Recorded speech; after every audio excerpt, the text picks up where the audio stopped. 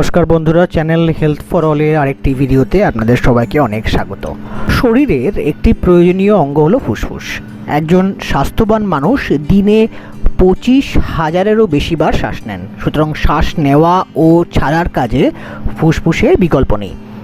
বাতাস থেকে অক্সিজেন রক্ত প্রবাহে নেওয়া এবং সেই রক্ত প্রবাহে বিভিন্ন কোষে পৌঁছে দেওয়া ফুসফুসের একটা বড় কাজ। তাই সুস্থভাবে বাঁচতে এবং এই করোনা পরিস্থিতিতে ফুসফুসকে সুস্থ রাখতে কিছু সহজ অভ্যাস করার পরামর্শ রইল এই ভিডিওতে। ভিডিওটি সম্পূর্ণ দেখবেন।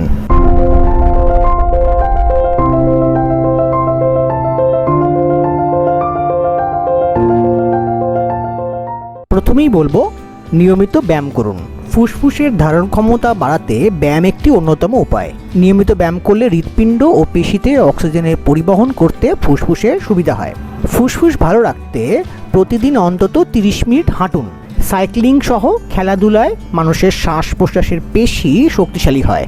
তবে সমীক্ষায় দেখা গেছে কিছু ব্যায়ামও নিঃশ্বাসের গতি বাড়াতে সাহায্য করে।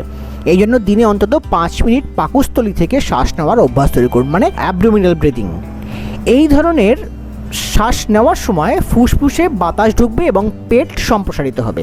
এতে আপনার বুক ও পেটের মধ্যবর্তী অর্থাৎ আমাদের যে ডায়াফ্রাম থাকে সেটাও প্রসারিত হয়। শ্বাস প্রশ্বাসের হারও বেড়ে যাবে, এতে অক্সিজেনের চাহিদা কমবে। নেক্সট, ধূমপান ত্যাগ করা। ধূমপায়ীদের কাছে একটি কথাটা শুনতে বিরক্ত লাগলেও অধিকাংশ ধূমপায়ী জানেন ধূমপানের ক্ষতিকর দিকগুলি। তাই ফুসফুসকে ভালো রাখতে কিন্তু ধূমপান ত্যাগ করতেই হবে। শুধু ক্যান্সার নয়, COPD chronic obstructive pulmonary disorders বলে বা ডিজিজ বলে এক ধরনের রোগ হয়, যাতে ব্রঙ্কাইটিস, ব্রঙ্কিয়াক্টাসিস, এমফাইসিমা এই ধরনের পরবর্তীকালের যে ফুসফুসের প্রদাহ হয় সেই ধরনের রোগ থেকে বাঁচতেও কিন্তু আমাদেরকে ধূমপান ত্যাগ করতে হবে। নেক্সট, পরোক্ষ ধূমপান এড়িয়ে চলুন। বাড়ির যারা মহিলা আছেন বা যে সমস্ত পুরুষরা ধূমপান করেন না, তাদের কিন্তু আশেপাশে যারা ধূমপান করছেন তাদের ক্ষতি করছেন। ধূমপান না করা, সিগারেটের ধোঁয়া ছাড়েন, তাহলে কিন্তু তাদের লাংসের ক্ষতি হচ্ছে।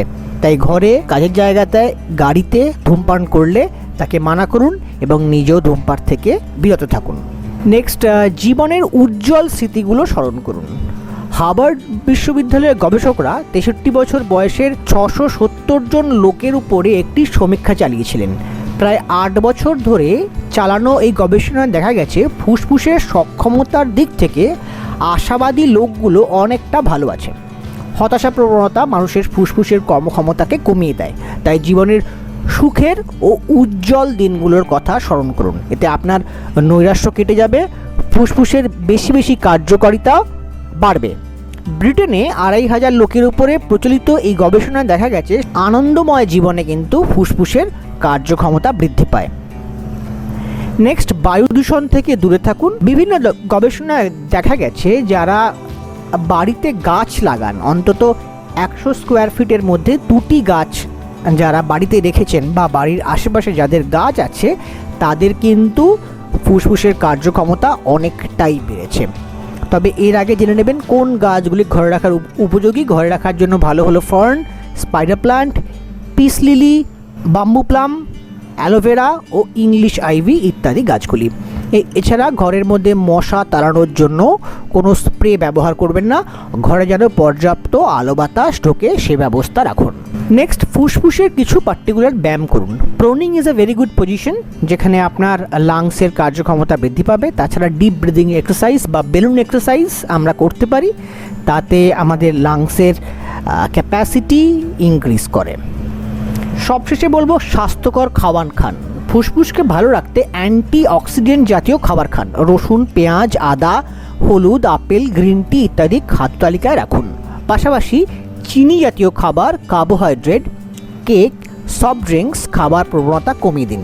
এতে কেবল ফুসফুসই নয়, আপনার সম্পূর্ণ স্বাস্থ্য ভালো থাকবে।